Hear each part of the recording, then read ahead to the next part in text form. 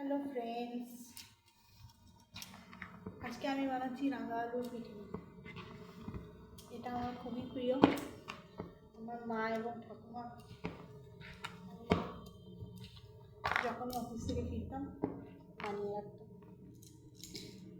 চলি, এখন তো বাড়ি নেই, বাড়ি যাওয়ার টাইমও নেই, নিজেই বানিয়ে নিচ্ছি। প্রথমে রাঙা আলুর সাথে অল্প একটুখানি চালের গুঁড়ি মিশিয়ে নিয়েছি আর একটু সুগার ফ্রি দিয়েছি। প্রথমে এভাবে লেচি পাকাবো, পাকিয়ে রাখবো একটা করে। আসলে আমার এখানে নারকেল করার খুব অসুবিধা, নারকেল করার কোনো কিছু নেই।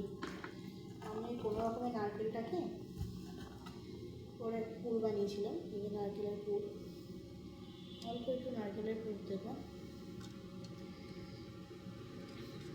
তারপর মুখটাকে এভাবে মুড়বো, দিয়ে ভেজিটেবল চপের মতো শেপ দেবো। গোলও করতে পারি, বাট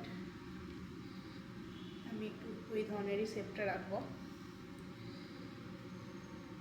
ভাজবো তো, এই যে